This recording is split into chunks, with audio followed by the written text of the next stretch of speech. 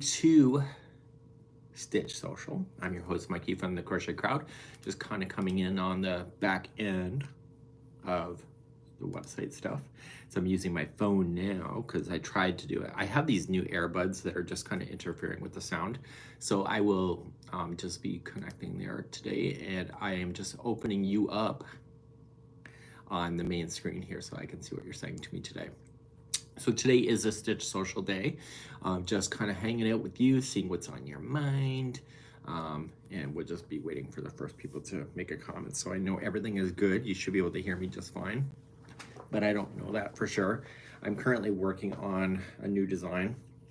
It's kind of an inspired design by a friend, and so we have the first people joining us today. So Richter and Rainbow says that we can now hear me. So yeah, so the UK is calling according to Nathan, and welcome everybody. So hopefully everybody's season is doing so far so okay. Is anybody stressed for Christmas? For myself, I'm not so stressed about that season, but you know, everybody's different, their lives are different. Anybody going home for the holidays? Are you hosting? Are you like stressed for hosting? Can you get the hosting over with and just get back to hooking or something? So welcome, and so lots of questions burning on today's mind. And so if you've been noticing, I've been on a break. So I usually take a break after Thanksgiving in the US so that I can get away without it really being too noticeable, because people are busy working on that. And so Caroline says she's working on a gift using one of the tutorials that we have. And so we're kind of just working my way through, we meaning all my personalities, depending which mood swing I'm on today. Yeah, that's something that we're kind of working my way through. So we were hosting until we were exposed. Yeah, that's happening. I don't even want to really get into that. I think that's a common thing, but you gotta do what you gotta do in order to get through. So at least things are not on lockdown like they were a few years ago, where it was questionable whether you could even leave your house. So you have to make the decision that's right for you, and everybody's decision is going to be different. But yeah. So the Sans Funny Farm, I don't know what that is, but that sounds funny. So working on the little sweater says June. So surgery Monday, so I have everything wrapped, says MK. And Richter said they're working on a sweater as well, so it seems like a sweater is the thing. I want to make a man jumper. Medium says any tips plus a video, any video tips. I've never done a jumper for a man, so I really don't know that. I don't get involved in clothing too much. I kind of got turned off clothing way back in a long time ago when I first started the Crochet Crowd on YouTube. So anyway, I filmed an adult sweater. And anyway, I chose the small size because it's the fastest size to be able to film. And I said, well, you know, if you want this, then you do this instruction for like large, extra large, 5X, up to 5 extra large. And anyway, people were just kind of hounding me, saying that they wish that I would have filmed like all the different sizes. So on a size of clothing in the adult size, you can have up to 7 tutorials, and there's no way on God's green earth that I'm going to make 7 videos when the information is just, instead of chaining 78, you'll chain 84. And anyway, I really got turned off by it, and I thought, ah. So anyway, the whole idea of filming clothing doesn't make me that happy. So any tutorial for a cat seat cover, blanket, or canopy? I don't know what a cat seat cover is, so probably not. Is a jumper a sweater? I don't know if a jumper is a sweater. I assume a jumper is like something like overalls or something. I don't really know. That's UK for something. And the fact that I don't even know what it is, maybe isn't like, if it is a man's sweater, I've never filmed a man's sweater, so maybe you're out of luck for that too. I've been wanting to do it. A jumper is a jumper. Okay, so just add a skipping rope and you can jump all you want to do. Oh, it's a sweater. It's a sweater in British. So I don't have a man's sweater. There's not a lot of male designs for sweaters from what I'm seeing in the crochet world. You know, I've never been wanting to do it myself because I don't want to take the measurements around my stomach. Is that selfish or is that selfish? And then I'm worried that if I take too long that I'm going to be the next size up because I'm going in that straight path of, you know, progressively getting more and more fluffier. And that's honest. Right. So MK is working on the Calming Comfort Afghan. So working on a baby car seat cover. I don't know. I don't have anything like that, Samina. I feel, and this is just my own opinion, and some of you may have an opinion that you can share as well, that anything car seat related is almost a taboo in crochet. And the reason for it is that I think it's a safety issue of the belts and attachments to the baby to the seat. And so, or it's some kind people have a thing about it. So I have shared patterns in the past about that kind of thing, and it always gets a hit back of, you know, it's going to impair the child's safety in some way. So it's not something that I would want to design because I don't know the true nature of the health and safety of a child with a baby seat cover. If anything like that. Am I out to lunch here? Like, I might be out to lunch. There's other things that I don't want to get involved in as well, is that when a baby sweater has a button, oh my God, the amount of people that are gonna freak out about a button on a baby sweater is a legit thing, but it comes to the point where innocent tutorial can turn into this big fight festival over buttons. And I'm like, well, if you don't, and I always say in the tutorial, if you don't want the button, just do something else. So yeah. So have I lost my sound again? Elaine says there's no sound. So some of you can hear about that car seat cover, so I think my sound's okay. So just give me a sound check just before I continue.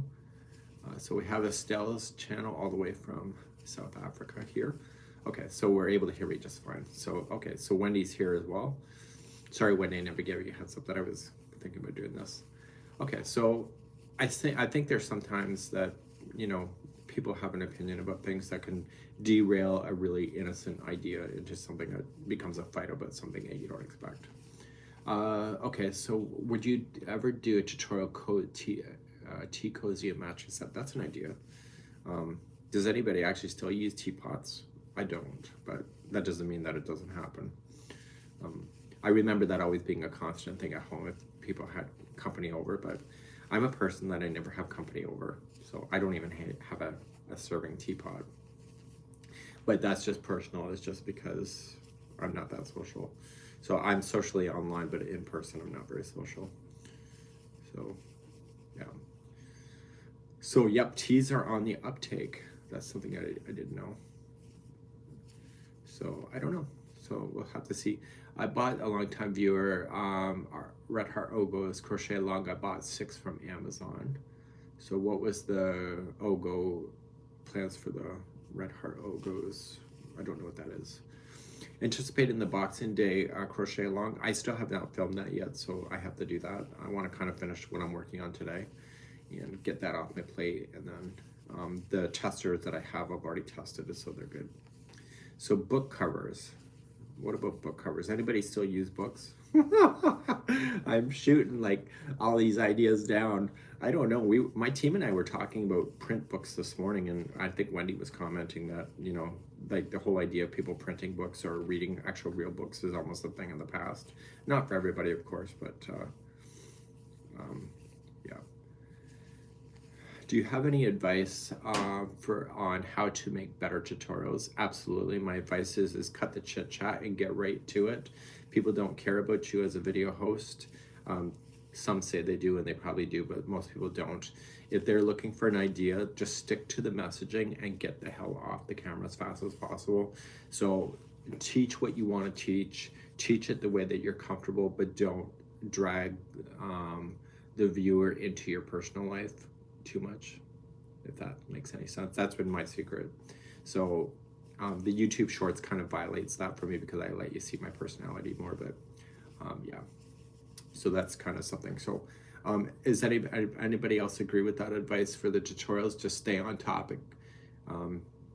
I find there's a lot of tutorial hosts that honestly, today I'm going to teach you about this, but then I have this 5-hour story about my family not respecting my creativity when really you were there for about something which the host has gone off the deep end.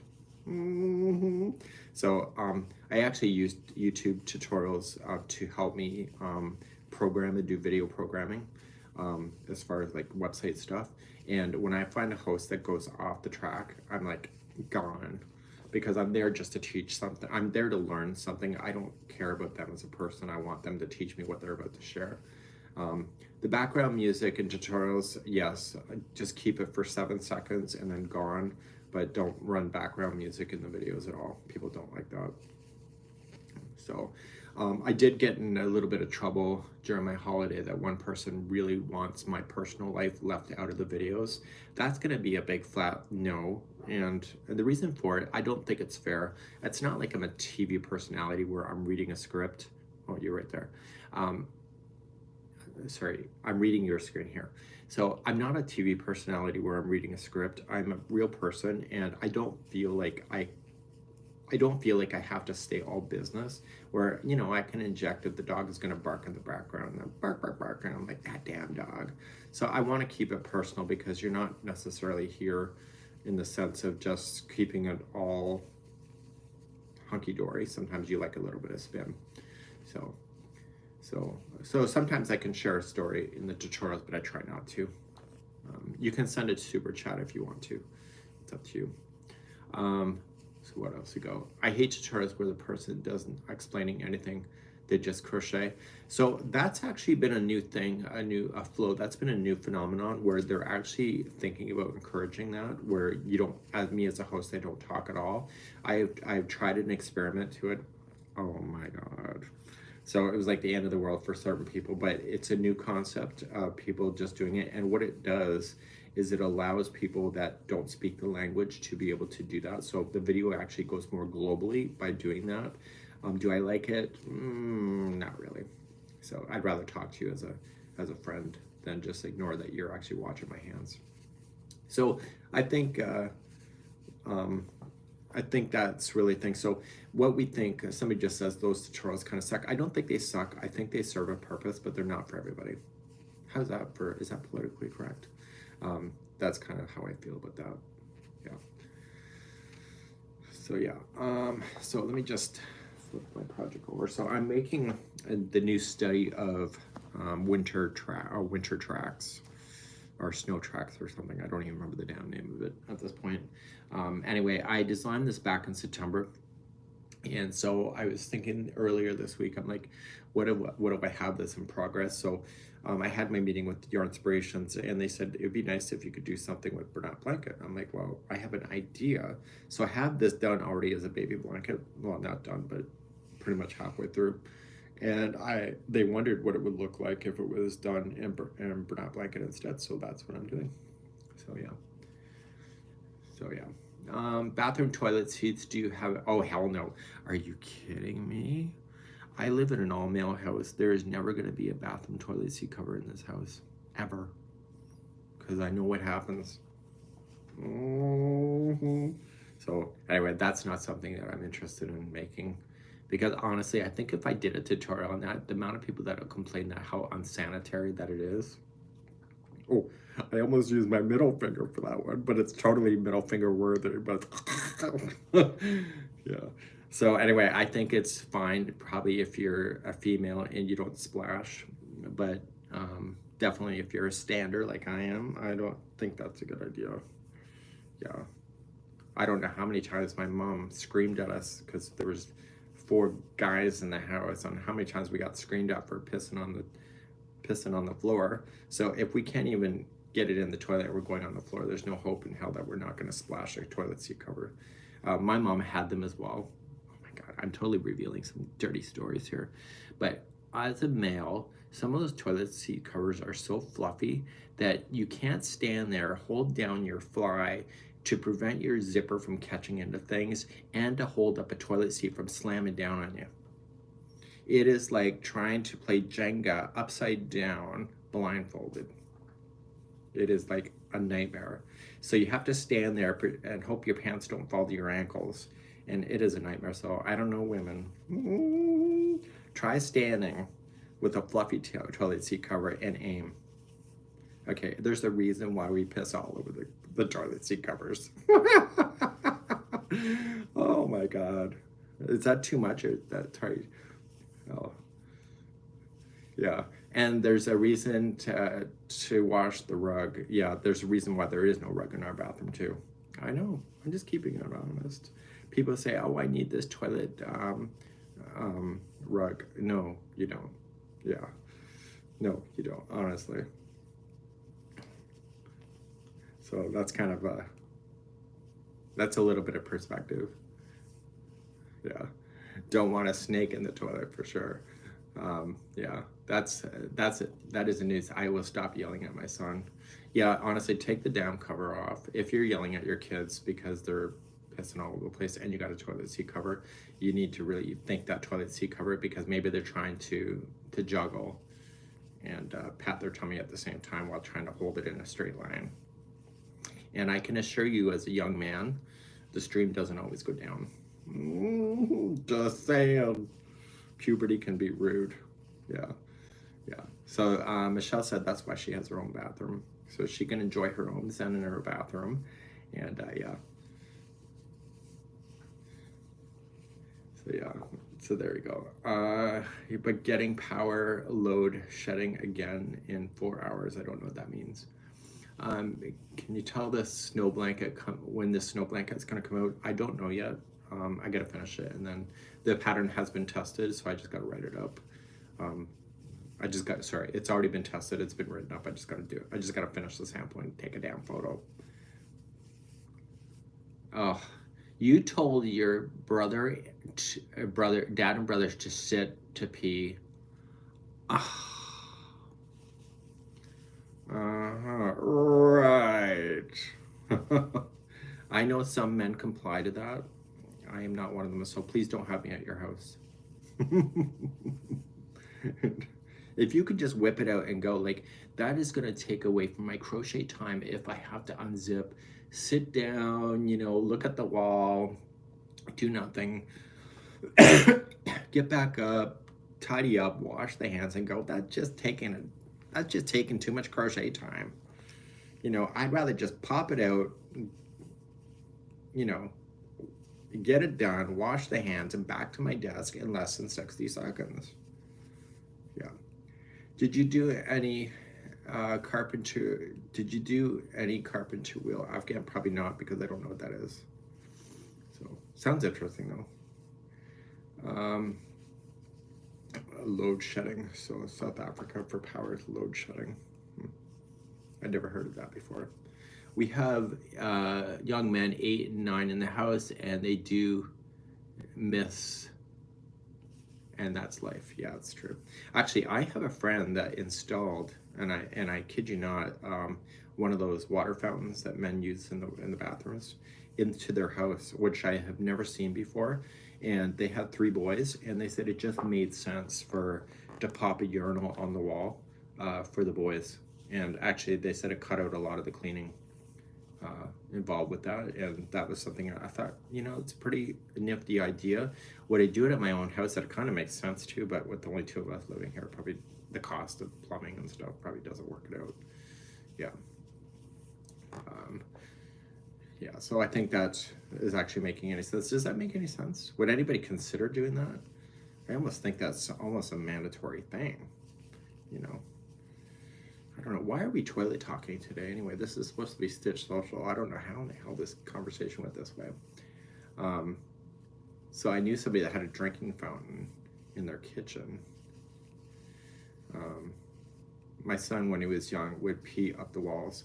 Sadie, I can tell you why he's peeing up the walls. Yeah. Yeah. Oh my God, holding you up for a urinal when you were a little girl, that is traumatizing. I guess I can see that actually being an issue. It's like a quilt made with squares that diagonals. They're chores, but they're difficult. So Lady Cray is going to miss us at Michael's tonight, having a holiday party. Well, I did not see my invitation in the mail, so thank you so much. Way to go. So yarn Prepper is baking cookies right now. So make sure you give a batch to everybody if you're going to advertise you're making cookies. How many is watching us right now? 284, so make sure there's enough for everybody if you're going to announce that. Anybody have a flavor that she should make? Oh, mint chocolate. Yeah, there you go. So Lady Lebrat says that they had a friend with 4 boys and had a urinal in the bathroom. And she said it was tea. So I'm not sure what that means. I'm going to say terrific. Yeah. So somebody wants snickerdoodles. Somebody wants peanut butter. Yeah, I like mint chocolate myself. So she'll just have to add it to her list. Yeah. Okay. So yeah. So Yarn Prepper, you're taking notes, right? Okay, Michelle needs gingerbread. Does anybody need some haystacks? Who doesn't like haystacks? I'll take some haystacks while you're at it too. Yeah. How big would the blanket when you're finished? I'm really not sure. I want to use, I think, up to 6 balls of burnout blanket and then let that be the end. It's kind of my goal. So somebody says banana nuts. Yeah. Oh, yeah. See, Yarn Prepper is just teases. She only has 6 dozen peanut butter cup tarts. Do we need to send our address to you in order to do it? Because I'll just take 6. Anybody else want 6? Just think about it. Don't put your address on this chat, by the way, just for confidentiality. I'm kidding. Yeah, maybe. Okay, so put a Cheerio in the toilet that helps to aim. Did this with my son. Oh, that makes sense. Actually, in the urinals, they put pictures of flies at the bottom, so that gives you something to aim for. I know. First world problem. So anyway, I'm just double crocheting myself across and around. And so this blanket that I'm working on has puff stitches. It has HDC, so half double crochet. It has double crochets. It has chains. It has V stitches. It has crisscrosses, and I think it's going to be fun, and it keeps me mentally interested. And the texture reminds me of the trails of snowmobile trails. So Jean says we've gone from pea to cookies. Oh my God, yes. You should see me on vacation. If you think I'm a mess here, on vacation I'm worse. So some of you may have seen some pictures that came in from a vacation. So I have some really fun friends, and we may be old, but we're not dead. And we did some pretty fun, stupid games that were just outrageous. And for some people that are sensitive, the games would not be appropriate, but it was a lot of fun. Yeah. So I'm using burnout blanket today as my yarn of choice. So Lisa says, this is the first time watching me live. Yeah, I'm pretty muted on my goal for 2023. I have some goals. I want to be more free to talk and free with my personality. I've been always scared to let you into my life a little bit with my lingo and my side eye chats and the whole 9 yards. So my goal for 2023 is to be more relaxed. Living a life in an online social world can be really tough, and that's something that I want to work towards. So this blanket will be called The Study of Winter Tracks, and I don't have, it's not available yet because I'm still making it. So it's just like a pile of snow with some texture, and you know, but I don't like showing Jeannie my texture because she likes to finger my texture, and I really don't like when I see her do that. Sometimes I have lines in the sand, and what she does is she just drags her fingers ever so slowly across the textures. I'm like, yeah. So keep the inch. So I've actually asked the tutorial intros to be short, if not at all. But I'm not allowing myself to not do. People want some. People, when I say people, I mean a handful of people want the whole yarn review of like the pattern, what the goal is. They want that gone, and I'm not willing to let that go, because I think as a teacher, today we're going to learn this and this and this, and here's what I'm looking at, and let's get on with it. I like that concept versus grab your yarn and let's go, because I think if you understand what my direction and how I'm going to teach, I think that you can learn better. So some people don't like that, but you can always fast forward, right? Yeah. Can I please hold up more? Yeah, so I can. So let me just post it around. So I started on Tuesday. What's today? Wednesday. I started yesterday. I know. I know. Don't be jealous. This will be a nice free pattern. And this is just for tutorial purposes, and I'm working on it. So it's got lots of fun little stitches, and it's a 9-row round repeat. So once you understand it, put it into the wind. And I also have a, oh my God, I think my deodorant's not working so well today, but anyway, I also have a baby blanket. So I want this to be a Karen 1 pound, 1 skein. So I started with this concept, and then I showed yarn inspirations, and they said, well, maybe burlap blanket would be kind of cool to make it really ultimately soft and stuff. So yeah, so I never sell my stuff. As people alluded to, I donate everything because I feel, this is my own personal opinion, that I'm a tutorial host. I can make my money through the monetization from the ad clicks, that I don't need to sell my project because it's already made its money. And I think if this project can go in the hands of somebody that's cold or in need, I would prefer to see that versus putting more money into my pocket. That is my personal opinion. Not everybody shares that, but that's my goal. So I just don't think I should make the money twice on something, right? So yeah, so that's kind of what we're doing. So, okay, so let's get back on track. So, okay, so now we've talked about PPs and we've talked about cookies. What are we talking about now? So what's the next topic? So I was actually knitting on my personal trip. And where is my knitting? I know, I can't even believe I'm using that word. Oh, so I was working on 2 things during my trip. So I worked on this. I haven't blogged about it yet. So this will be on the Knitting Crowd on our sister channel. And I had a lot of fun doing this. Do you want to see it fit my tight head? So I'm a little tight with this concept still, but I'm learning. And anyway, there's no pom-pom to it, but there can be if you really wanted to. But I like a good tight hat. It is made of wool. And this is something that you'll be able to find eventually over on the Knitting Crowd on our YouTube channel. And I'm really, really proud of myself. And do you see any seam lines? Oh, hang on. Tell me how good I am as I rub my nipple. So I did that. And then I also worked on a cowl, also in knitting format. And look, it looks like butterflies. I didn't notice that before until now. It really does. Do you see butterflies? I don't know. So anyway, I learned how to do this. This is all stranding. So this is called strand knitting. And so it's all stranded in behind, just like you see. And anyway, that's kind of fun. Okay, so we got that. And so anyway, a nice generous cowl. You know, you tuck it under your jacket, whatever. It is made of wool. And I am just, somebody just said they're obsessed. I'm obsessed. I love the color changing. The color changing in knitting looks far more better than it does in crochet. But I see a butterfly. I really do. I don't even know if that's intentional.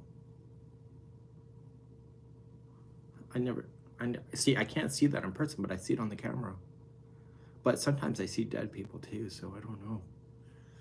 Yeah? Does anybody else see it? Give me a heart if you see a... I see butterflies. Well, fuck it, I love it more now. Huh.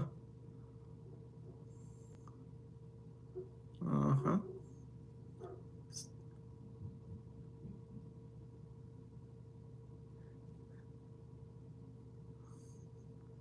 That's amazing. I wonder if that's intentional. Because in person, I just don't see that. Well, maybe I do. Maybe if I squint really hard. Oh no. Oh my God. I have to tell you a really crappy story too. This is This is for the face. This is for you just because. So somebody says they don't see butterflies. I see butterflies. Do you see butterflies? I see the, yeah, I see the wings, and then I see like the tentacles. Is it tentacles? Is that what? No, testicles. No. What are those things that come out? Antennas. You know, testicles, antennas, it's all the same. I see two swans facing each other. Two swans facing each other.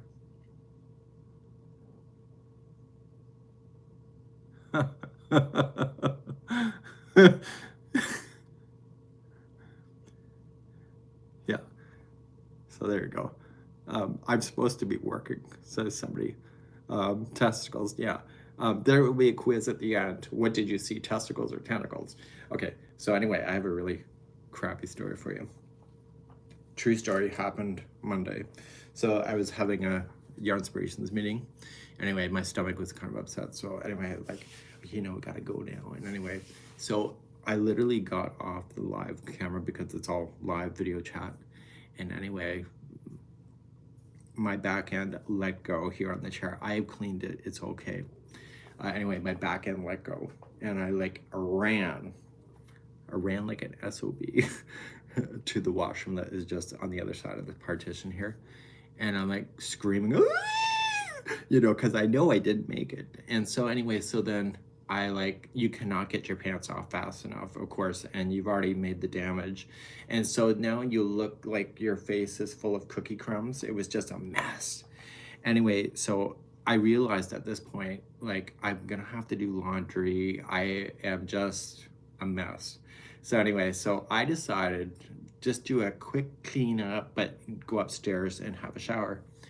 Anyway, so Salty the dog, I don't even know why I'm sharing this, but Salty the dog was in the bathroom as I'm having my whole thing, trying to like sniff around and stuff.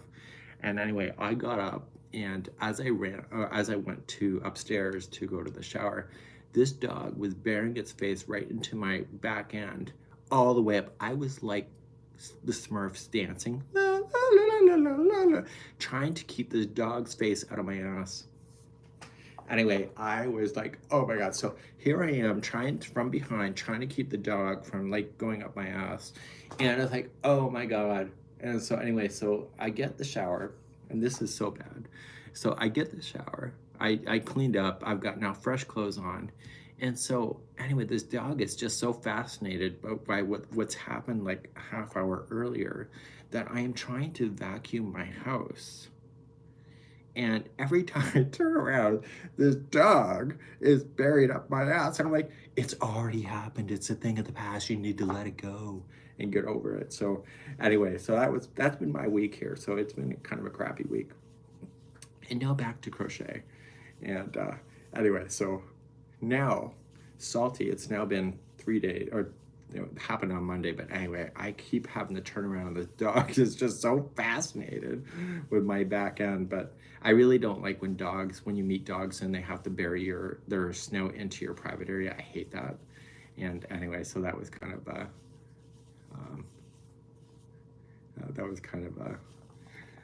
a thing. So anyway, I don't want the dog to be doing that to people when they get here.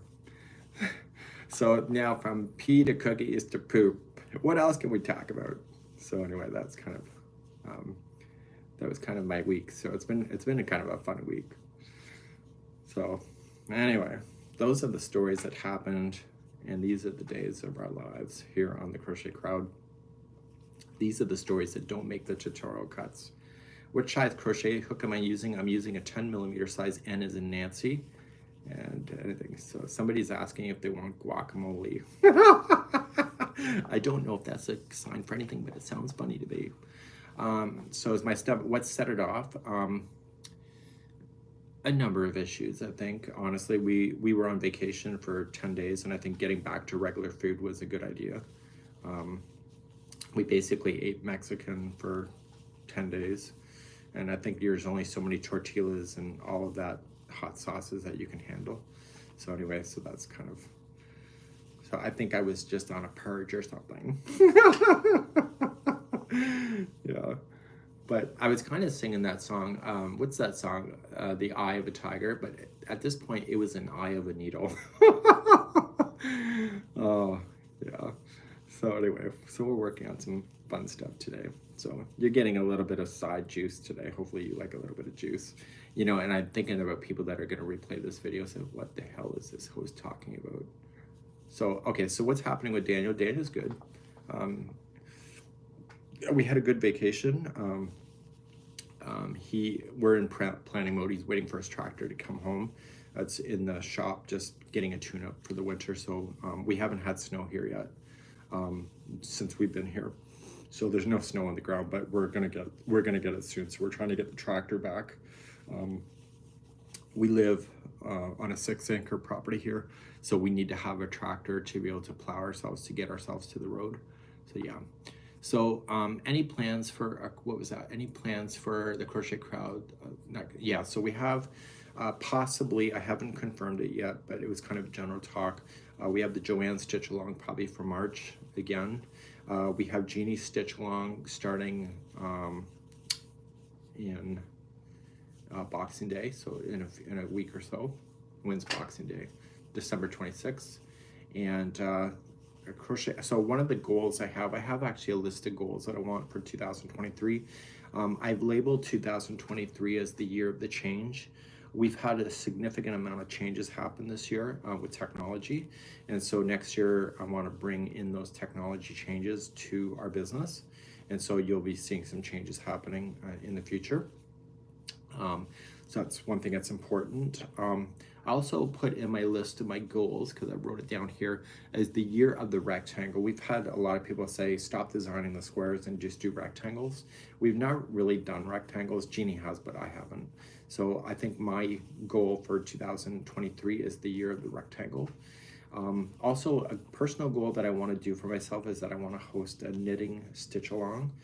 I don't know what that looks like at this point, but it's just a goal that's kind of like me, a loose goal. Well, Monday was really loose. We don't want to go that loose, but anyway, I just want to kind of put a loose goal that maybe by the end of the year I will host at least one knitting stitch along. What's golden paste? I don't know what that is. Maybe that's a question for somebody else. So anyway, what we have, what are you making? I'm making just a new blanket design, and it's going to be called The Study of Winter Tracks, I believe. My names keep changing. It's a really thick blanket. You know, it's meant really for hibernating in this cold winter. Depending where you live, it might be warm where you live. Yeah. So so that's something that I'm kind of working my way through. So I got some goals, and I'm always listening to see what your goals are going to be. We put out on YouTube, I put out what was the target. If you noticed in the community settings, there was a question, what your goals are. So I'm looking at what people's goals are. There's an interlocking pattern I want to review. Yarn Inspirations has kind of requested it, but with them, there's never a requirement to do it if they request it, but I'm going to relook at that. I really struggle with the interlocking. I think it requires some brain power that I don't think I have. So I think I'm going to look into that again. We've been seeing a lot of it lately with the designs on online with people putting in pictures and stuff. So yeah. So would you help me? I want to start working on crochet. You just have to start. You don't need my help, Tedora. You really don't. You just need to start. You just need to start designing. You just need to start. And if you have a question, bang it into Google. How do you do this and how do you do that? That's how I learned. I never had a mentor when I first started this whole gig, and honestly, the answers are online. You just have to know the question to be able to ask it. And honestly, there are so many people like me that you will find tips here and there that you just have to start. So, and I don't get involved in selling. So that's not some advice that I can give to you, because I don't sell my patterns, and I don't also sell I don't sell any projects. So as far as sales, I don't have any advice for that because I just don't get involved in that. So I think a lot of people in times, like, they have goals, but they just don't know where to start, or they're scared to start. You just have to start. Just start. Just get an idea in your head and just start. And what you can do is, if you look at companies like yarnspirations.com, look at the way they write things. Don't copy word for word what they're doing, because that's a copyright violation. But you will see that all these companies have something in common, where the Yarn Craft Council of America has the requirements of being able to state patterns in a certain way. And if you look at Lion Brand or Red Heart or Yarn Inspirations or all of those companies, you will see that the patterns are written in a very similar format because they're following the Craft Council of America, the Yarn Craft Council of America. So there is a way of writing it, and if you're not sure, you can always go on their website, the yarncraftcouncil.com, and you can find that information, and it gives advice on how to design and everything that you need to get started. But ultimately, I have found in the past, and this is my own ignorance sharing this with you, I find a lot of people that that has wanted to start, they start emailing me, but then they start emailing me questions that if they just would have Googled it instead of just emailing, they would have found the solution instead of waiting for me. But I think ultimately the answers are all there. You just gotta put in the time. So I guess my biggest advice to you, just get started. Yeah. And so can you make some videos on yarn? And we can get yarn from Turkey and Bulgaria, Lion Brand. I cannot get. Well, use the yarn that you have access to. So I use yarn that is not available globally because people substitute anyway. And so, for example, I'm doing this blanket right now in white. I don't know how many people are really going to do it in white, but that doesn't matter, right? And then people will always find a way to substitute. So make sure that you provide a gauge in the pattern. And if you're not sure what that is, just look it up. And you'll find stuff available on YouTube, for example, on how gauge is done. And as soon as you provide a gauge, then consumers could just, change out the yarn to what they want. Now, if the consumer does not want to change check a gauge, then that's their own problem. I find some people make hats, they don't check a gauge, then it doesn't fit, and then they blame the designer. But then because they never check gauge, then it's yeah. So I think that's ultimately what you have to do. You have that. We actually have a book that's available on our website for designing if you wish. What is it called? We have a book, Designers. Let me see if I can get that for you. I assume that you speak English as first language. It's only available in English. Let me just see if I can just pull that book out for you, and you can just access it. It's on our website, Designer. I'll just push the link here if I can find it here. So I only use yarn that I have access to here in Canada. So anyway, tips on being a crochet designer. I will post a link for you right here on this chat in just a second. I have it for you. There's a ebook that I've written. It's free. You can review it at your own pace, and you can check that out. So anyway, but I find just so you know that there's some people that will complain about pretty much everything under the sun. Just remember that when 3 people complain about something and you got like 1,000 followers, it doesn't mean everybody's complaining. It just means that 3 are. So I think part of starting out in this whole industry is that not to take the comments too personal. But if you're in a terrible mood and then you get like those 3 comments, it feels like it's the end of the world. And that's something that you always have to keep in perspective. And I always don't keep that in perspective. My team will tell you that as well. And so sometimes it just feels like the world's just collapsing on you. Meanwhile, it's just a few people that just want to shit on your parade. I mean rain. But I really do mean the SH. Because there's some people that just get off on that. So yeah. So there we go. So struggling with reading intentions. So I find that I'm still struggling with tension and reading some patterns. Any suggestions? Just keep trying. Honestly, when I first started this business, I didn't even know how to read a pattern, honestly. I didn't. So anyway, I thought that everything was in crochet diagram format, and it wasn't. And it took me a good solid year before I got comfortable. So Red Heart comes along and says, we would like you to teach this pattern, and there was no crochet diagram, and I had to read the damn instructions. I'm like, oh. Anyway, I had no idea what to do. So the only way to really truly understand is just to do a small pattern, read it, and then the next time there's a new pattern, pick something else that has a different stitch combination, a different stitch language, and then you just keep building your skills pattern after pattern. I think it's pointless to open up a pattern book and say, yeah, I understand it. It's different from understanding versus applying it to your real project. And you will fail. And so if you come to understand that, you know what, that's how things change. It makes you a better person in the end. Yeah. So yeah, so I'm working on a new blanket, Lisa, here. So my goal for everybody here is not to necessarily follow me. My goal for you is to pick up a skill, and then maybe in time that you learn how to read a pattern on your own and actually explore with what the yarn arts really truly offers.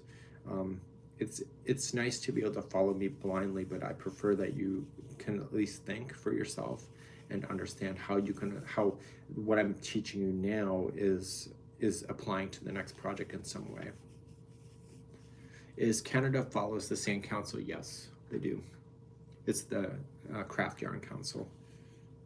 All the major companies are on the council for that. I'm not on there because I'm not big enough for it, but it's what keeps all the ball bands labeled the same way. It's because everybody belongs to the same council.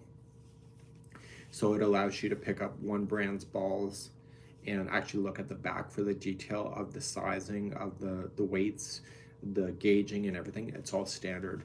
And so because they work together, so as much as they're competing, they work together in that same sense to make it easier for us crocheters and knitters to be able to use the product when the language is the same, right? And so it just makes sense.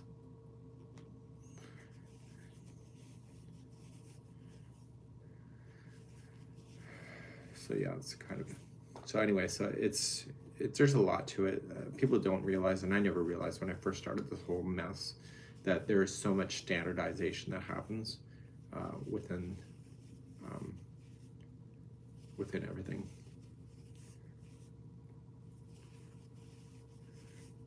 Just passing, so Alita is just passing by just to say hello, and hello back. So yeah.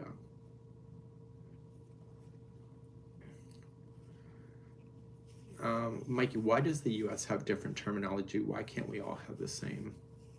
I think it's because, you know, one of the things that I never knew, so I started this whole mess in 2008. I'm Canadian, so I did not learn the US terms for crochet. I learned Canadian, which is actually the same as the UK. So I go online, I'm gonna teach crochet, and I say this is the treble and this is the double treble. And people in the US are bitching and bitching and bitching. And I'm like, I don't understand. I'm looking at my book and it says this is a treble. Why are they calling it a double crochet when it's not? And I had no idea that different countries refer to the stitches as different things. And so what I had to do, and it took me about 6 months to realize that people were calling me out on something where, and in fact, I was not wrong. It's just I never stated that I was teaching the UK way because I didn't know I was. And so different countries have different terminology for that. So Canada has now moved over, but because Canada is metric, the US still uses imperial measurements. So they still use their letters of J, I, or I, J, K, LM, where here in Canada we are metric based. So we use kilograms, we use kilometers. So our crochet hooks are also in millimeters. So we don't actually refer to them as a letter. So one of the sneaky things that I do, which I don't tell anybody, but well, I'm telling you now, so it can't be that much of a secret because I'm a big mouth. But in order to honor my Canadian heritage, I always say the metric first. So I will say this is a 10 millimeter size N. So if I was probably in the US, I would have said it's an N hook as in Nancy and a 10 millimeter. So I honor the Canadian way of saying things by putting the metric first. And you'll see that in the patterns as well. I put the grams first versus the yards because we do that. So I think a lot of it has to do with the mathematics, to be honest with you, of the different ways of that kind of idea. So, and I don't foresee that the US will change into the metric anytime soon, but certain industries like the automotive industry are already in metric for the US, but other industries it's imperial. But I can visualize a pound better than I can a kilogram. So we're always having, as a Canadian, we're always having to think about the difference of pounds versus kilograms versus grams versus ounces. So, you know, I think it's better to know both, especially if you're following a recipe and it's asking you for how many ounces, where a Canadian would be how many milliliters of something, right? So I don't know. That's kind of what we have. So apparently metric is more accurate as well, but it depends on your opinion, of course. And everybody's got one of those. So the brand hooks look differently, yeah. So it depends on me. I've been using just a generic one that I found on Amazon, Canada. And anyway, it's very flat here, but I love it, and it's longer. So I get a fistful of hook instead of just, it used to always jab into the back of my hand because it was too short. So I like the longer hook so it comes out of my hand at the back. So we do that. So anyway, it was just a generic ergonomic hook that I found on Amazon. I've been told, but I don't know this firsthand, but many people tell me it's the same hook as the Hobby Lobby private label. That's what I've been told.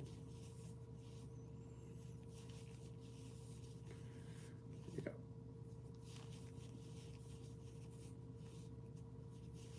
So anyway, I just there was actually we had such a strong complaint from a crocheter many years ago that I'm recalling now, is that they were upset that their people don't call stuffed toys in crochet as stuffed toys. We call it amigurumi. You know, why do we have to say the Japanese word of amigurumi versus stuffed toys? And I'm like, if you actually knew the history, you would know that that's amigurumi. It was developed by the Japanese, and the name for in crochet has stuck all these years instead of being morphed into a Canadian or a US word.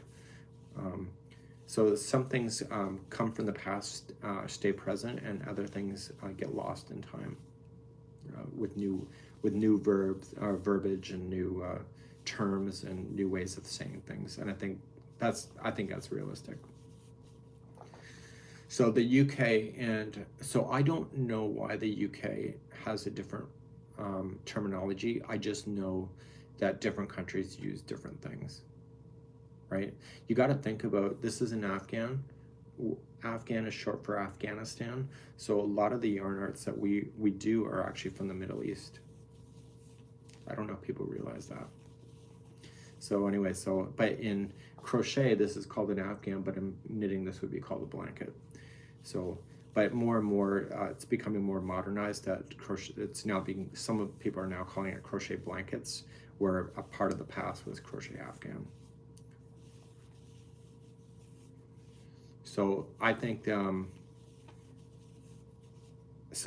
know, honestly, it's kind of almost a first world problem to think about those kind of things, but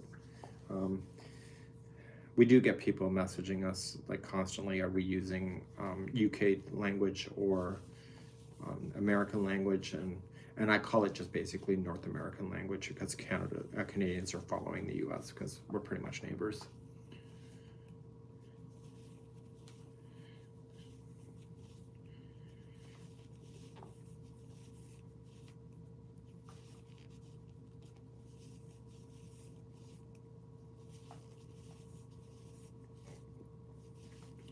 Is there a test pattern? So the test has already been run by my testers, so there is no test pattern. This is the final sample for photographies. So Canadians equals Americans 2.0. I don't know about that, but if you want to believe that, that's okay.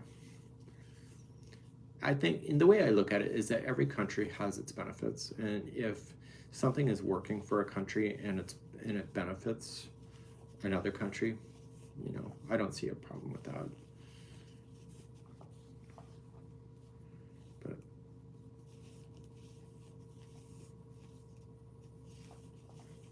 it depends on personal opinion, of course. But we won't get into that on this chat, right?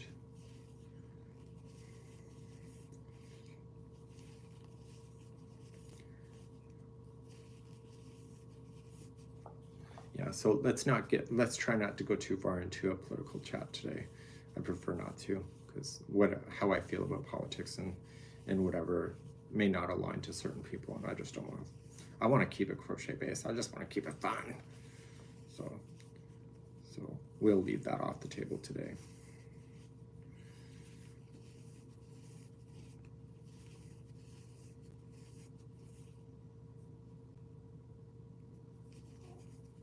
Okay, so I'm gonna leave the camera on just for a few seconds. I just have to go get another ball of yarn, and I will be back in just a few seconds. So we'll just take a quick little break. So if you need to take a pee-pee, now's the time to do it. Grab yourself a snack or some cookies, and and we'll just be right back in a second.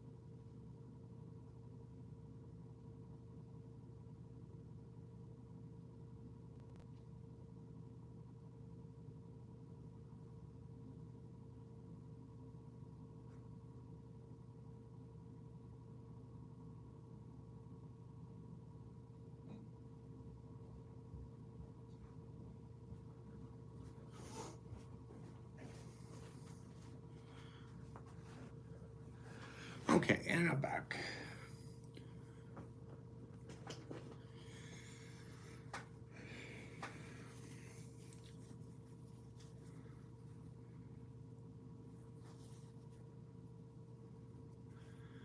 Okay.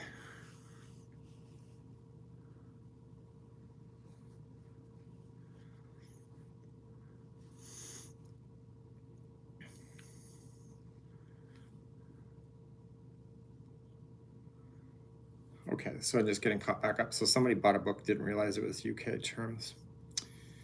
You know, sometimes you gotta look at the pictures and it says that it's single crochet, but you know it's a double crochet. You can see that it is. So sometimes you just have to look at that. I think my book is upstairs, but anyway, my first book I ever learned from is actually here. I think it's upstairs though. And anyway, when I look at it, I didn't realize that they actually had an American book for it, because I would not know to look for it, because I bought it in a craft store when I was 14 and everything was Canadianized in the sense of UK terms that you would not have known different that it was that. But because of the internet, it really kind of opens your world up a little bit, that there's more to the world than just your immediate circle, right? Okay, so what am I doing now? So I have a crochet diagram that I'm following. So I'm doing a new round. So I think I'm gonna do one whole fresh section, and then we're gonna, so I'm doing half double crochet back posts for this. around. The advantage to the thicker yarn like this, it's actually kind of easier to teach people. So my first blanket I ever did is that my mom gave me a 10mm, a size N crochet hook with 4-ply medium weight variegated blue yarn. And I did not know, but my stitch work was really loose. It was almost lacy. But I did a whole double-sized blanket with it, and she did it on purpose so that I would get a big blanket done really quick, which probably got me addicted to the whole thing to begin with because it was like so fast. And I never realized when I started when I was 14 that the hook size actually makes a difference. So then I started working with the better hook sizes that was suggested on the ball bands, and then I realized, oh my God, the blanket's taken forever. But I think my mom giving me a bigger size hook to be able to learn the motion was a lot easier. Yeah. So how do you think people are liking the Ogos a year in? Still haven't marked a web boop.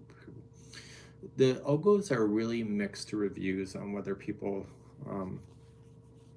like it or not. I think they're great. It took me a bit to understand really the purpose for it. Some people have an aversion to it because it's now the change of a yarn ball format, but I think it's great. I haven't really seen, some people put complaints because it's changed, but some people have an aversion to it, but I think it's great. And but it is a personal opinion at the end of the day. When it launched though, it was a nightmare. Do you remember, anybody remember the launch of those?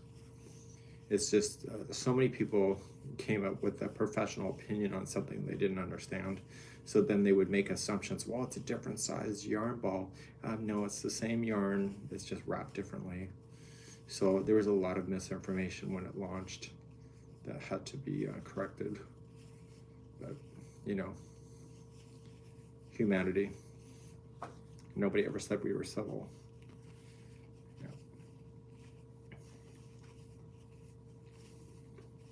So my mom and I have, Robin's bringing up my mom, so my mom and I have a personal trip coming up in 2024, so a few years away. So I booked a bus trip for 2 weeks around Newfoundland. My mom grew up partially in Labrador, Newfoundland. And so I thought I'd take her home, and we're doing a whole bus trip around the entire province with some friends. And so anyway, my agent, if you want to join that bus trip, you can actually do so. And my agent is Sherry. And if you go onto our website at thecrochetcrowd.com, go under Crochet Travel, you'll find Sherry, and just ask her for some information. So I'm gonna have to fly to Ontario to pick her up and then fly back to Newfoundland with her.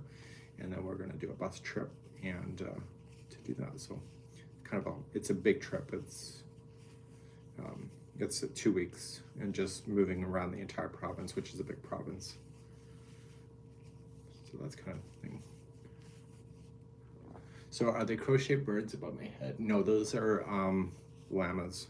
So this here is fair trade, and it's actually by a family.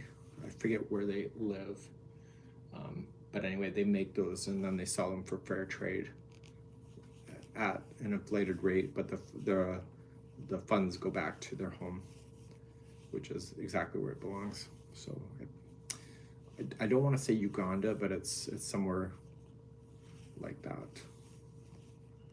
I don't recall. I did record it somewhere though.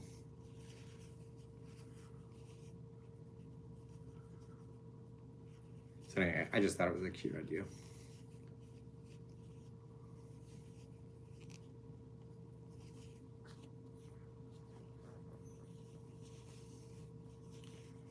So I went to Labrador when I was a kid, but I've never been to Newfoundland.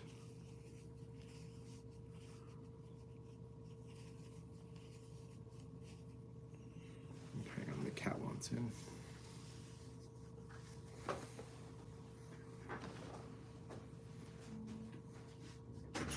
What? I know.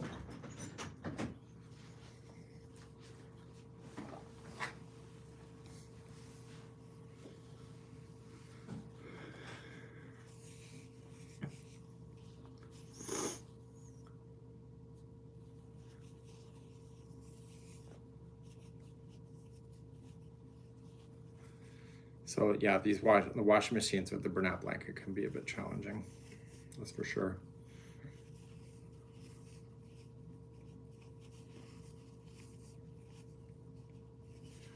So we kind of started this whole chat. So what's going on in people's lives for Christmas? Have people done their, like, is anybody actually still working on the Christmas stuff, or where do people stand? Usually when we get closer to Christmas, we get people that feel guilty that they didn't finish on time, which I honestly think that a true family friend or a true friend would actually truly understand that it's handmade creativity that cannot be necessarily done on time, and they can wait a little bit, but I think people just still feel guilty. And so that's kind of something that I always feel kind of bad for people when they put that guilt onto themselves. But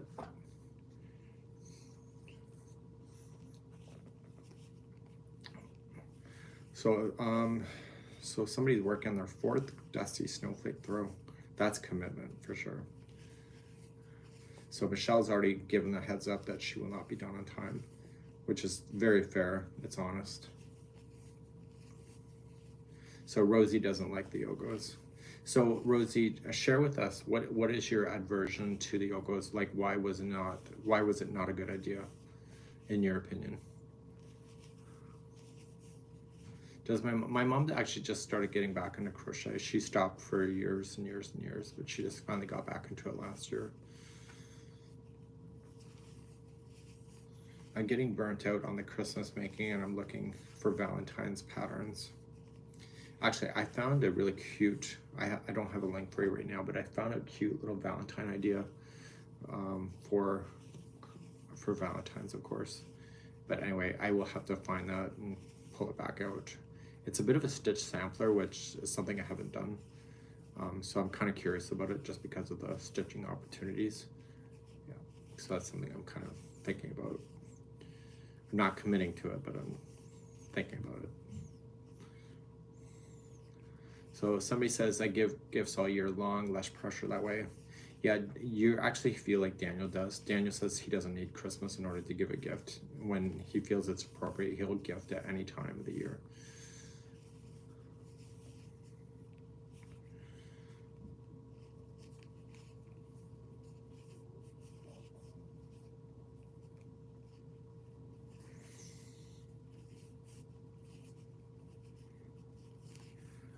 Rob, I got most of my Christmas presents done. A few of them will be late. Made some granny squares with a vintage pattern. Oh, that's awesome. And yeah. So anyway, so thank you for taking us on the trip. I do have a small video that I want to make for the trip as like kind of a highlight thing. We did go to a private island where there's no entertainment other than yourself, so all of us had to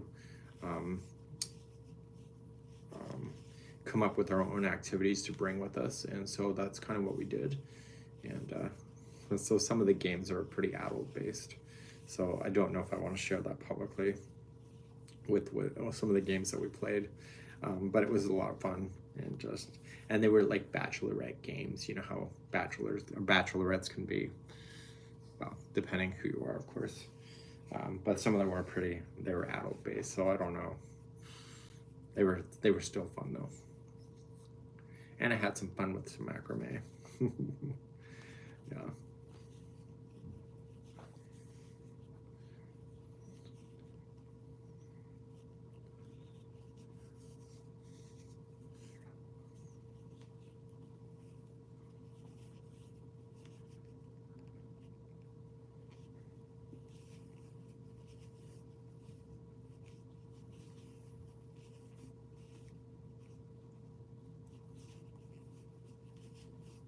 So crafts for others seems, you know what, I think that's awesome what you did, just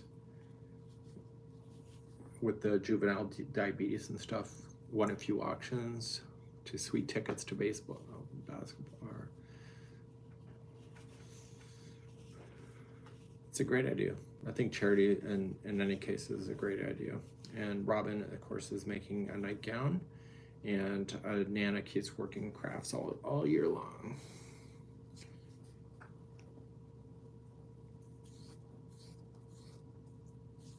Gotta go, says Val. What type of blanket is this one? It's one that would just be like a throw.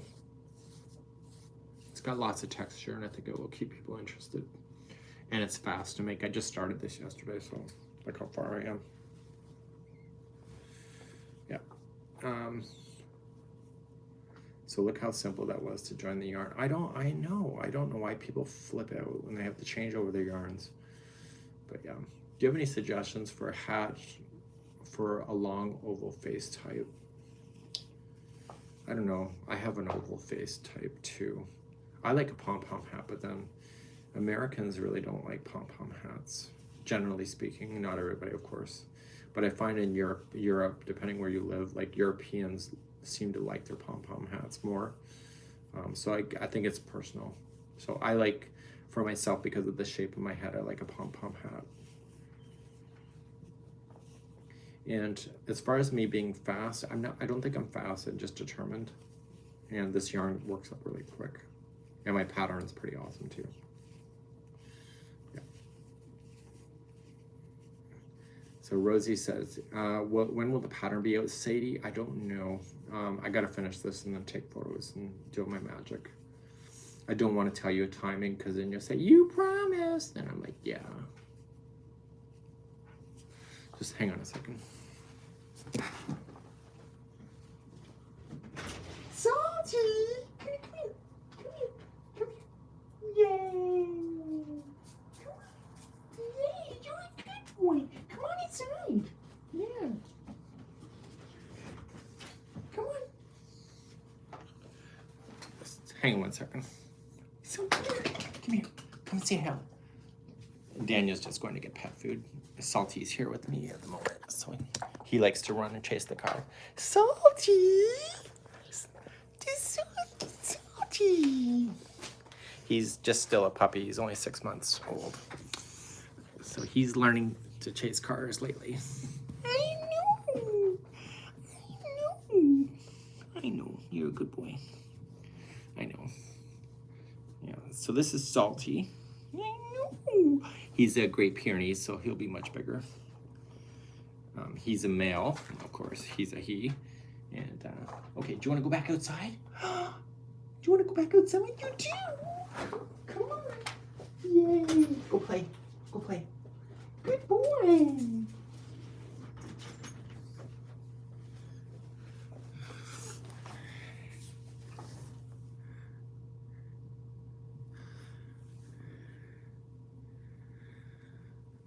Okay, so here we go.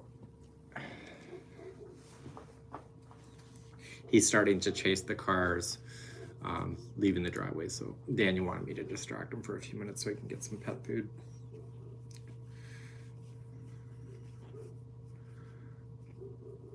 Yeah.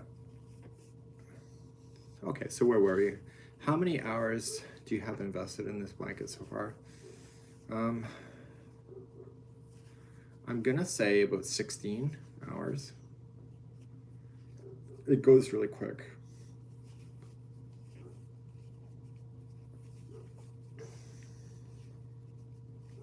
Blankets take about 30 to 40 hours, depending on the thing. So Diane's asking if Salty is doing better with the car ride. Salty does not go in the car, unless you want to clean the car from top to bottom. You don't put that dog in the car, it just has a major vomit fest. Yeah.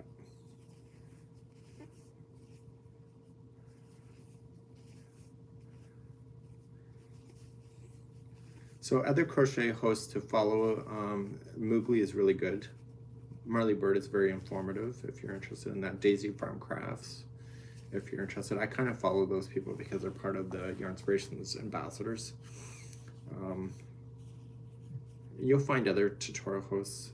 Just if you literally put in crochet into the search engines, you'll find out who's the most popular by just looking up at the channels. So if you do a search criteria by crochet, we're not #1, which is fine. And I think a lot of it has to do that we're Canadian, so we don't get the leverage in the search engine because we are Canadian. Versus if I was in the US, I'd probably be a lot higher. Because we're considered a foreigner to Americans, right? So there's a lot of play that goes into the search engines if you're ever thinking about it.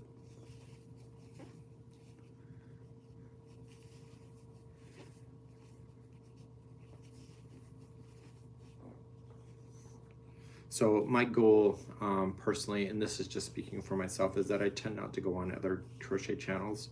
And the reason for it is that I did that in the really beginning of this whole mess. And I found myself, oh, she's doing a pattern on this, so I should do a pattern on this. And then they're doing a pattern on this, I should do a pattern on this. And what I was doing is duplicating what they were already doing. And I felt, to my point of view, like that's not being authentic. So I tend to stay off of the other YouTube channels that are crochet based so that I don't get inspired to duplicate what they do. We had a person a few days ago message me wanting to film one of my designs, and I had already done the work, and I was trying to explain them, but I don't think it necessarily hit the, I don't think they understood, but like you don't want to film something that already exists, because then your channel's not having the same value versus something that's real and something that's the only time it's ever going to be is on that channel. So anyway, I declined that because you know they're going to spend like 30-40 hours making a tutorial for something that already exists. So you're better off to design something new and make a tutorial for that versus duplicating something else that already is there. So I have a lot of knowledge with, I've been on YouTube since 2008, so I have a lot of knowledge on how YouTube works and how to make it better and how to reach people. And a lot of new tutorial hosts that come along, they just like to duplicate what already exists instead of just looking at what they can do on their own and creating their own content. And that's where the value is what makes you different that makes you better. It's not what makes you the same. So if a certain host behaves a certain way like I do, so if you're kind of duplicating what my personality or my love interest for the certain types of crafts that I do, then there's only going to ever be one of me. But if you come at it from a different point of view, you'll probably have a lot better luck. So yeah. So that's just kind of my approach on that, the whole thing. And ultimately, it comes down to something so basic, is that you're either likable or you're not. And not everybody likes me, and that's fine. But people either like you or they don't. And it could be something that you say so slightly that it turns people off, or maybe you could say something that, you know, kind of is relatable to people. So everybody has a different opinion. And because there's so many great hosts out there, everybody has that opportunity to be something, as long as they stay unique within themselves. So that's kind of my take on that. But so Dragon Bee is saying the YouTube channel, the work involved in YouTube is absolutely sickening. Absolutely sickening. And you know what really pisses me off the most is that you will get an email from a company and they say, make millions of dollars and all you got to do is just do a few videos a week and this and this and this. It doesn't work that way. And I really resent advertising that does that, because I'm like, if you actually were a tutorial host, the amount of crap you need to surf through and be able to put up with the public is phenomenal. And then the demand for what people want you to do and how to act and the way that you should dress and your hands and your hooks you're using, the yarn, everything is a possible complaint. And so I just don't buy the idea that everything is easy. Oh, make millions, because that to me is never going to happen. But it was never my goal anyway, but it's never going to happen. And people judge other people by the size of the yarn collection. For me, yarn is a business, so I have a lot more yarn than others. But you should not look at that as a measure of wealth. I think that's one of the biggest problems, I think, in this yarn industry, is that when we look at the stitch groups, you see somebody has hordes and hordes of yarn. That doesn't mean that they're rich. It just means that they decided to spend more money on the yarn, and they may not have had the money to begin with to do that. So to judge somebody's wealth by the size of the yarn collection, I think is a load of nonsense. So And one thing that's really bothering me lately, and the thing that really bothering me lately is that the fuel rates directly impact the yarn industry, and it's impacting everything. Turkey was $75 a bird. You know, the fuel rates are just impacting, and people are acting online, oh my God, why is the yarn prices going up? It must be made of gold. And I'm like, where are you living where that's not being impacted? And so we were down in Belize for 10 days, and the fuel prices that we pay here is much more expensive than the US. And the Belize, the fuel rates were the same as what we pay here in Canada. And I don't think people really comprehend that the fuel rates are a global issue. It's not just a regional or just one country going through it. And that's really bothered me about this industry, is that I think people just don't comprehend on the cost of fuel and how it impacts everything. That's been my biggest struggle, I think. So I prefer to work from the center of the blanket out as well. So I am working on a new design, Karen. Just the study of winter tracks. I'm making the actual prototype that will be in the photography. So a lot of yarn comes from Turkey. It also comes from Peru, Middle East for sure. Yarn is made also in China. Remember, acrylic is a fuel-based item. So acrylic is made because it's a chemical compound that when it's brought together with two compounds, it makes acrylic. So it's a chemical based product, which is completely relying on fuel to do that. So when the fuel rates go up, everything goes up. So anyway, this will probably be called the study of things. So how much is the gas there now? I think the gas, from what I remember yesterday, was $1.75 a liter. I think that's a liter. So, but I'm not paying attention to the gas rate. I'm paying attention to the diesel. So I used to work in the transportation industry before this. So you're like, for example, right now I think it was $2.40 yesterday for a liter of diesel. And so you think about that, you're going to see that in the groceries. Absolutely. Like that's just a given, right? So I pay attention more to the diesel pricing than I do anything, because the diesel price, you'll pay for that in your groceries, in your clothing, and everything else other than just your filling your car. So and there's nothing you can do about it, right? So I'm just using a hook that I bought. It's called Clover. So anyway, I guess my own lesson to myself is sometimes you just got to take your own mental inventory and realize that sometimes you're better off than other people, and then be careful what you complain about.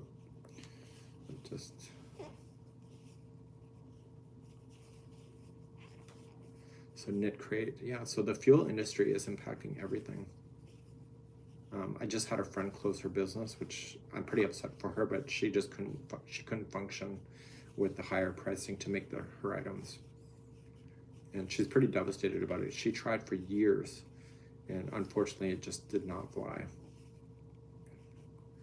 So Annabella's feeling unwelcome, so she's leaving. So I guess she never got enough love today. Okay, so do you think acrylic yarn is healthy? Well, if you don't think acrylic yarn is healthy, you got to look at your clothing. This is like polyester. That's a base on acrylic. Like polyester, like it's poly is plastic. Almost everything that you touch is a poly-based product. And so people are less allergic to it versus wool products, so there is a benefit to it, and it can be made without the animals being impacted by it, as far as like shearing sheep and stuff.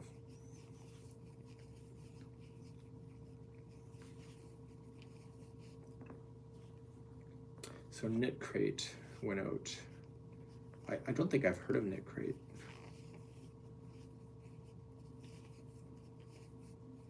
Um,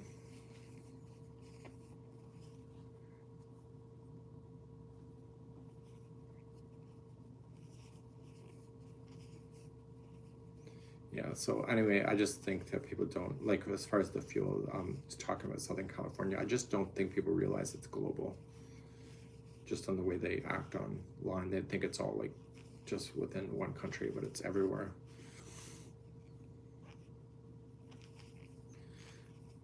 My goal is to use 6 or 7 for this, so what I'm trying to do now is that I'm going to go through the last, repeat, and stop, so wherever that is.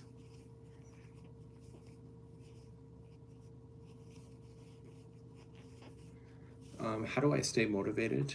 Well, I stay motivated because it's fun to do show and tell. So I stay motivated because I really want to finish. I feel my joy is not in the search of a pattern. My joy is the actual doing and finishing a pattern.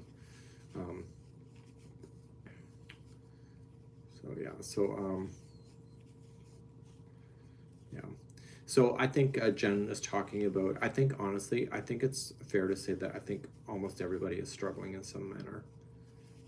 And so I think it is, again, the year of making gifts. And yarn is not cheap, but a lot of us kind of keep up a lot of yarn.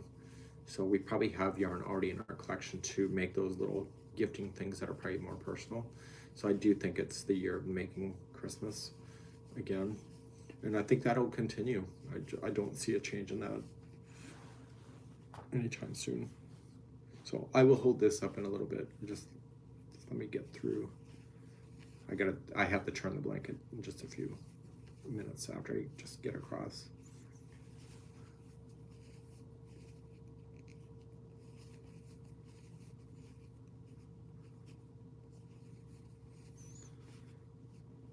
So this project is pretty generous, but it's not crazy big.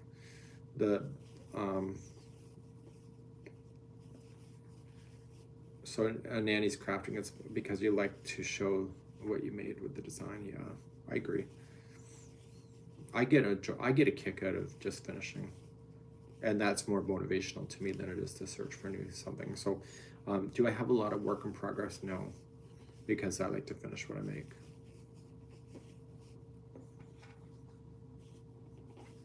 So crafts for others, yeah, I totally agree with you about their assumption. I don't think people realize how interconnected everything truly is. So how much animal hair is collected in my project? A lot. I will try to pick it up before the photography. We have 2 Great Pyrenees here, and honest to God, every week's vacuum is like sucking up 2 cats.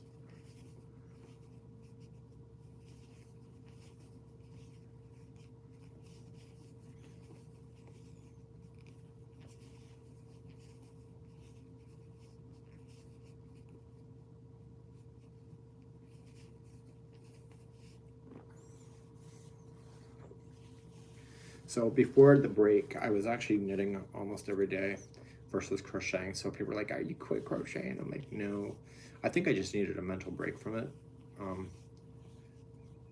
I just felt like I wasn't burnt out, but I was pretty close to it.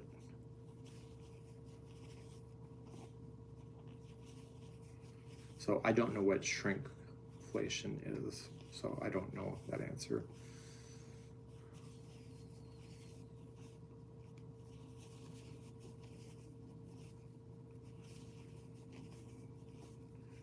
You know, I kind of grew up in an era where if times are tight, you saw it at Christmas times with my family, but you know, they still made it fun.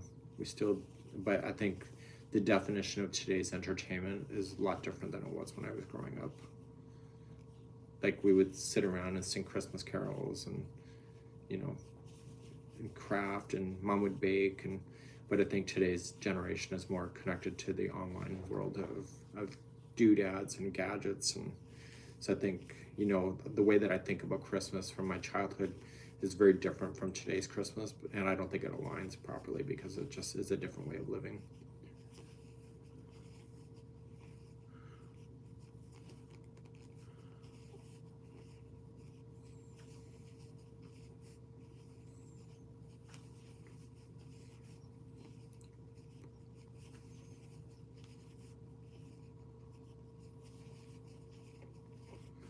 So somebody says they can't hold the hook. This is the way my mom showed me, so this is the way I've always done it.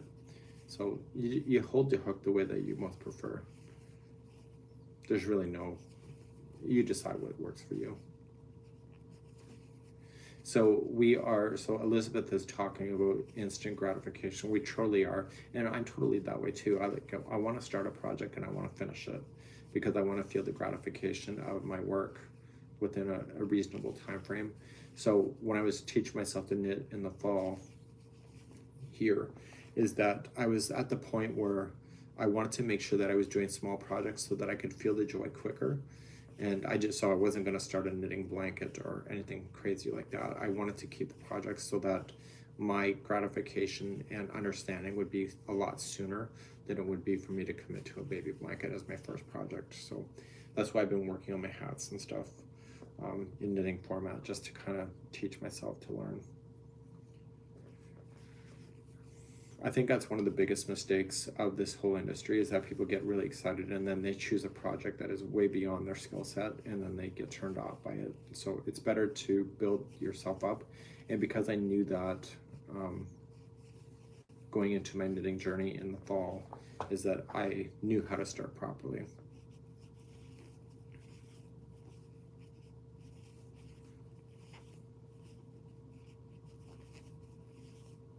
So I don't make any of my stuff for craft shows. So no, I don't get involved in that. All my stuff goes to charity.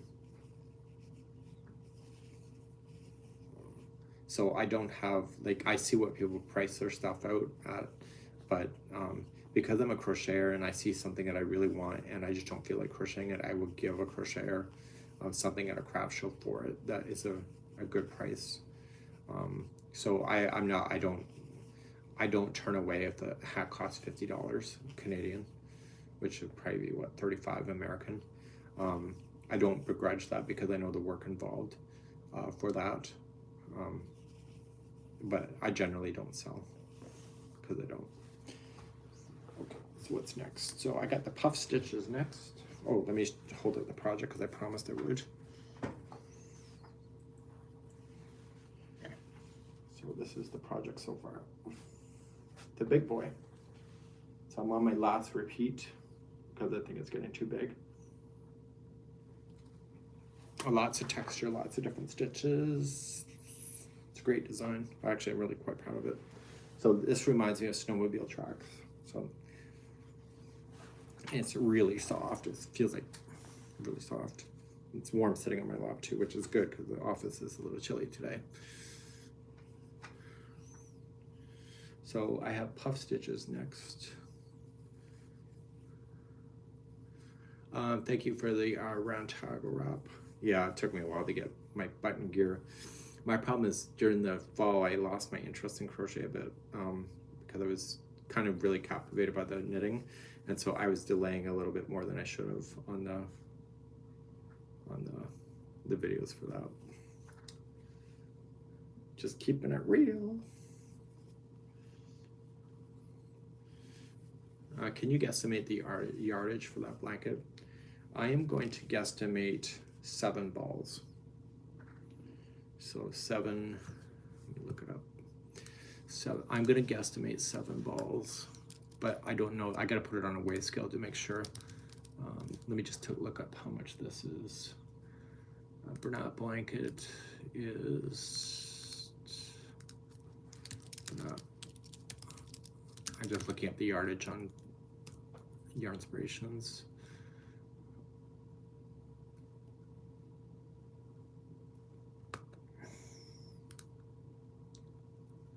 Okay, Bernat blanket is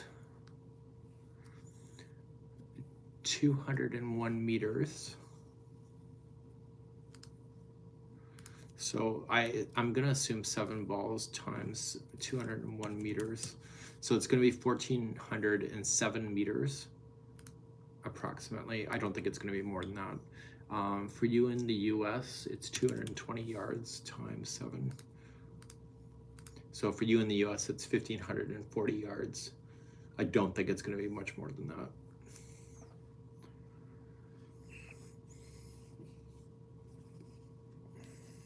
And this is just called off-white, or off-white, I believe, or vintage white.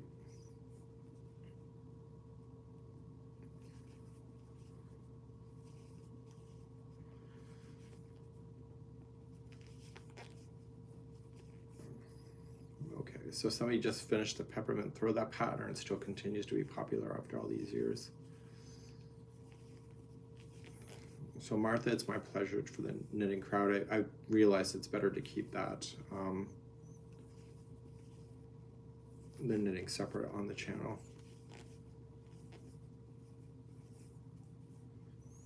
Am I refreshed and ready? Yes, I feel like I am. I have a new outlook. I kind of lost my way in the fall, but I have a new outlook for next year coming up. So I don't know if I'm talented, I'm just determined.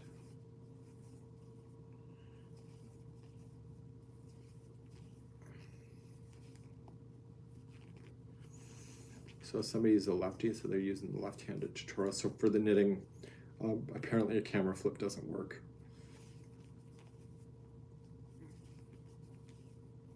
Bernat blanket is $8.39. So Bernat blanket here in Canada is almost $16, I think, from what I saw. But that comes back to that fuel pricing that we were talking about.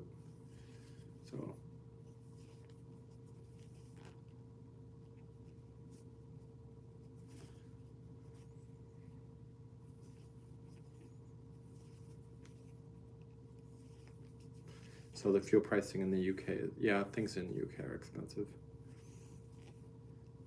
So you stumbled on a live chat, says Della, today. Yeah. Do you ever projects that frustrate you? Yes. There was an American star and stripe blanket that really upset me. It was just really complicated, more complicated than I thought it should be. And I was like, oh my God. But then once I get it into my head that,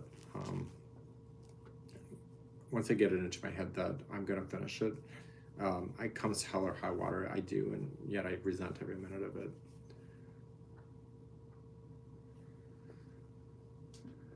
So sometimes I give up, but most times I don't. And sometimes I should give up when I don't. I drive my team nuts. Just ask Wendy. Oh my God, is he bitching about that again? I'm like, yep. So I have nothing to say to do these daily. So if I do it, it's just one time a week.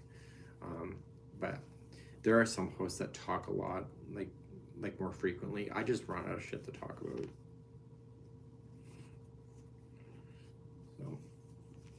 So Wendy's being very sarcastic and mean to me right now. What? Never? Yeah.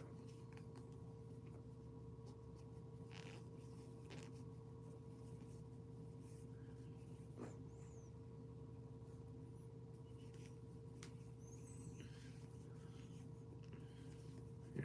I kind of keep it real. Honestly, when I first started this whole mess, what is it? Okay, YouTube. Like, I was trying to be somebody I wasn't. I'm trying to be cool and fashionable in the whole 9 yards. It didn't work because it's not who I am as a person. And I realized to knock off the crap and just be honest. You know, be in a sweat top. Did I even comb my hair today? Probably not. So I prefer you see me for who I am and not for what I think you should see me as. Can you please move your mouth? It's hard for me to hear. Sorry, I've probably been talking low. I have to sit back from my thing because this blanket's getting huge. It's almost like a toilet seat cover. Were you around for that chat? I have to stand back from it. Yeah. So Tammy says it's snowing outside. So Michael's had a fire in the yarn department and won't open again. The yarn department had a fire.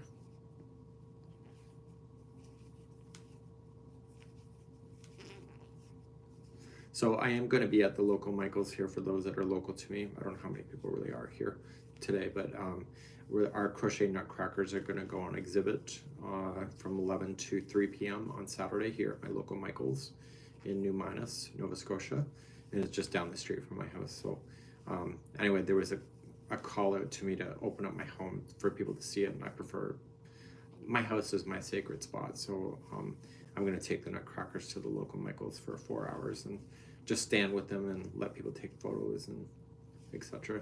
So they were originally made in 2015, and they ended up going to the National Arts Gallery or Arts Center in Ottawa, Ontario, and then they were out for exhibit for the Winnipeg Royal Ballet of Canada, and so they followed them with the Nutcracker performances, and while they were in Ottawa, and so they became a staple. And these guys have been on the news lots of times, and they're back here at home because they've been retired. And so anyway, I thought I'd take them to the local Michael's. Salty ate one of the Christmas trees that were part of the part of the exhibit, so I have to figure out what I'm going to do with that. But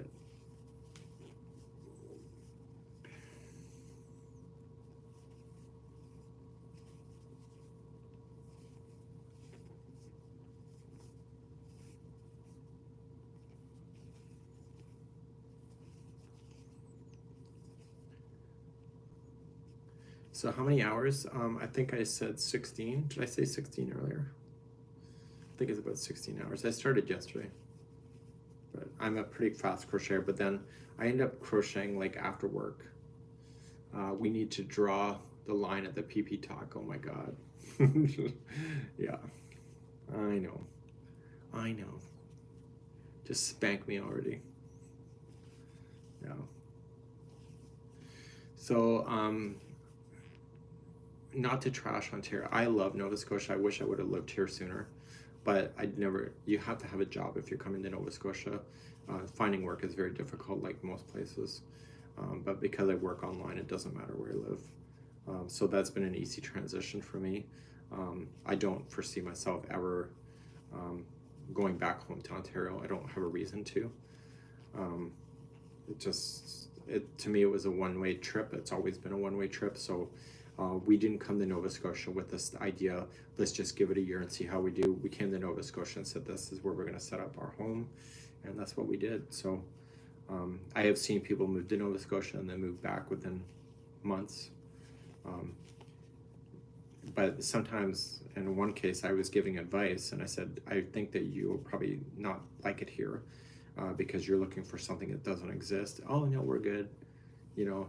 And so they get here and they realize that what I was talking about was real, and so then they end up going back. So I think it depends on your outlook when you decide to do a massive move like that, to picking up and just moving across country.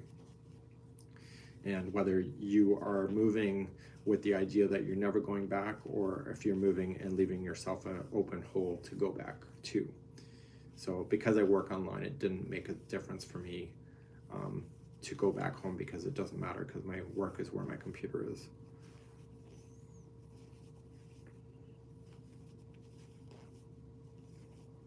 So, okay, so Katie Addy says her daughter wants LGBTQ kind of Afghan. I don't know what that, Kelly, people ask me about that. I don't know what that really means, other than coloring.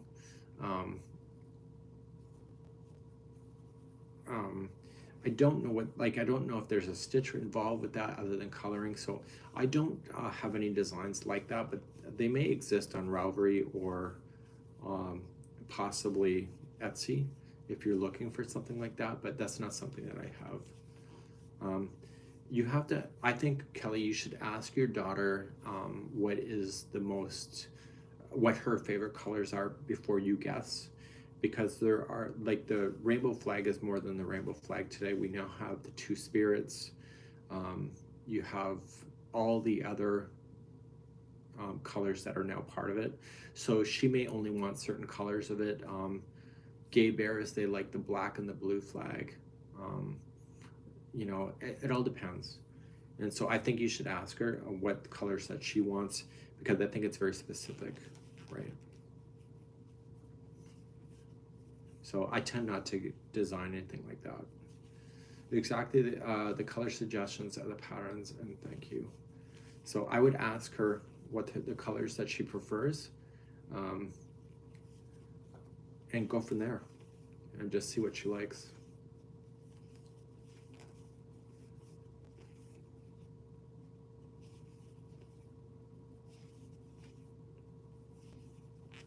So the pattern I'm currently working on is the pattern that I'm currently designing. So the pattern is not out public yet, just on my desk. So I'm just working on the prototype now, so I can take photos and push this pattern out later. Somebody says they can hear the squeaking. It does squeak.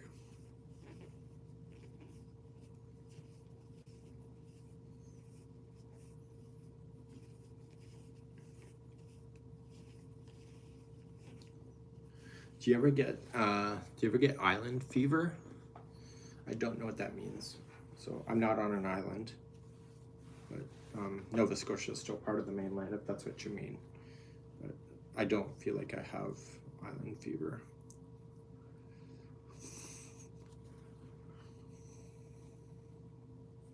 So anyway, somebody else has some great advice about their daughter. So maybe you can, Jean has some advice there that maybe works.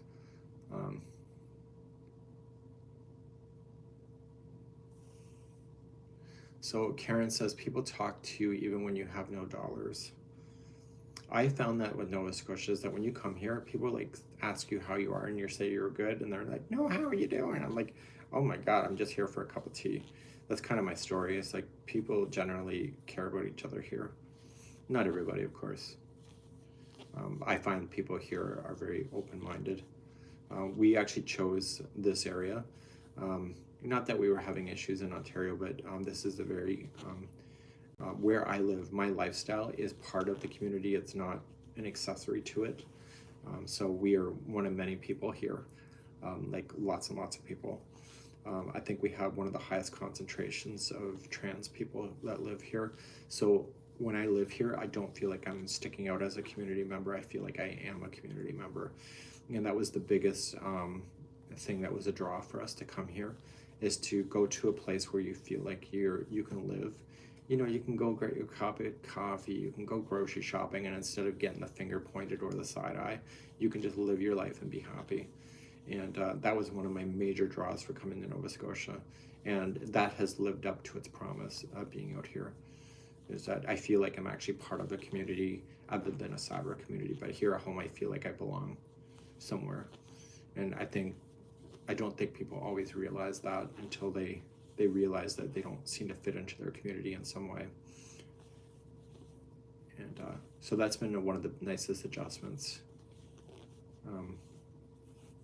by moving here to Nova Scotia.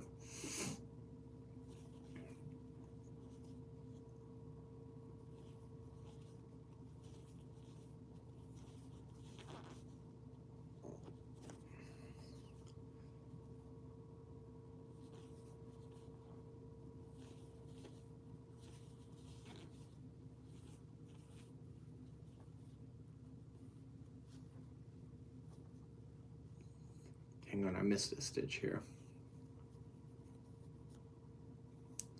So somebody wants to move to Windsor, Ontario.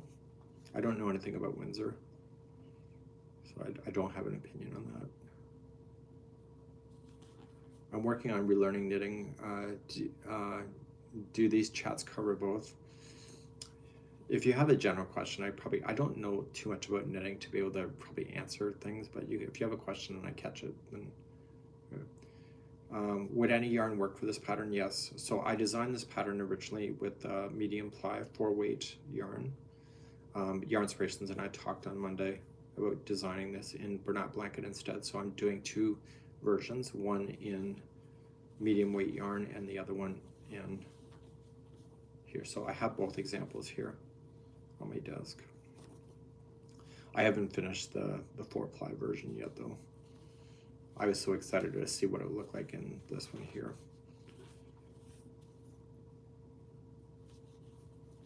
Let me just finish this puff stitch and I'll show you what it looks like.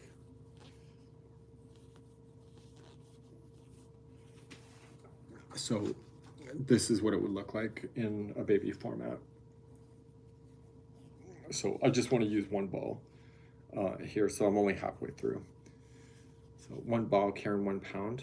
And so this is the same design, but done in a medium weight yarn. And this is the big boy.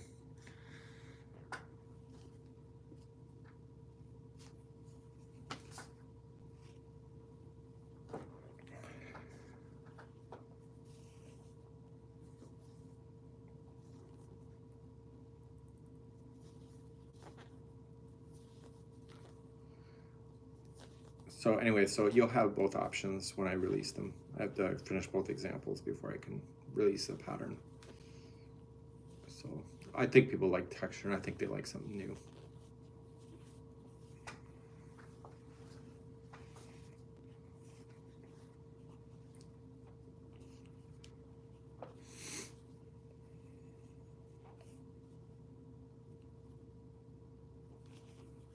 How often do you keep making because you love it? How often do you keep what you're making? Because some things I will keep forever, but a lot of stuff ends up donated because I realize that it's not much value to me if it's just sitting here when I know it can keep somebody warm. So I have the aversion of that, the fact that if I'm holding something that I know that a family in need could use it better than me just staring at it once in a while, I think that's an opportunity for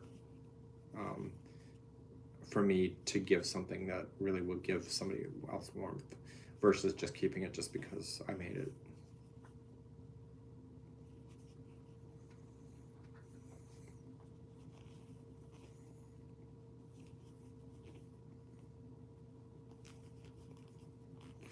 And Karen was talking about the description of, you know, one of the lessons I've learned, I'm now almost 50 years old, but one thing I've learned, I think everybody wants something, and the same thing is just validation.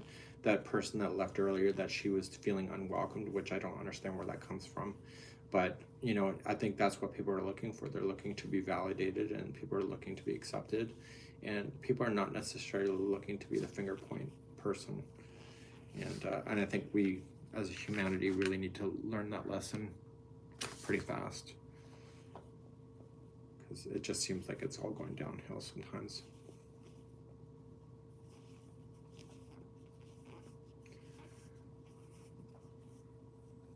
So, wow, that's an amazing blanket, says Crafty Cause. Thank you.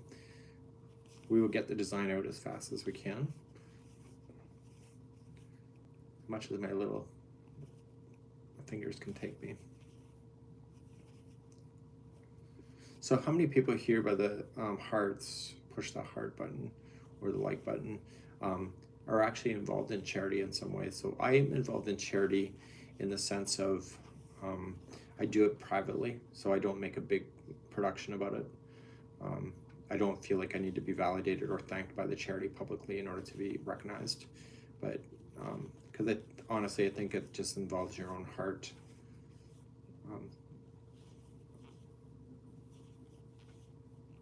I did a big sample giveaway a couple months ago with my local group, and all those samples went to other people in need. And to me, that was more important than just keeping it here just for the sake of doing it. But with COVID, basically everything was kind of like charities were not taking anything, just out of precaution. So it's important that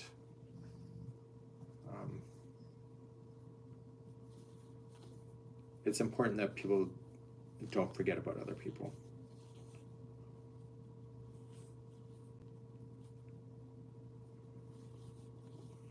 So Karen says, as we get more older, we get more texturized. I guess that's a good word for it. I found my parents is that the older they got, the less they cared about the small things in life and just worried about the big things. I find with myself is that when I think about my 20s,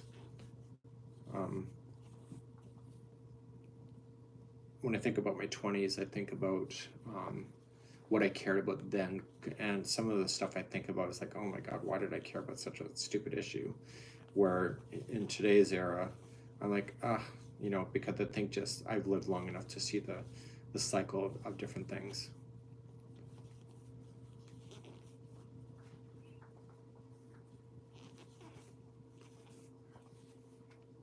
So anyway, so I think my signal is cutting out a little bit, so I'm going to leave you here today.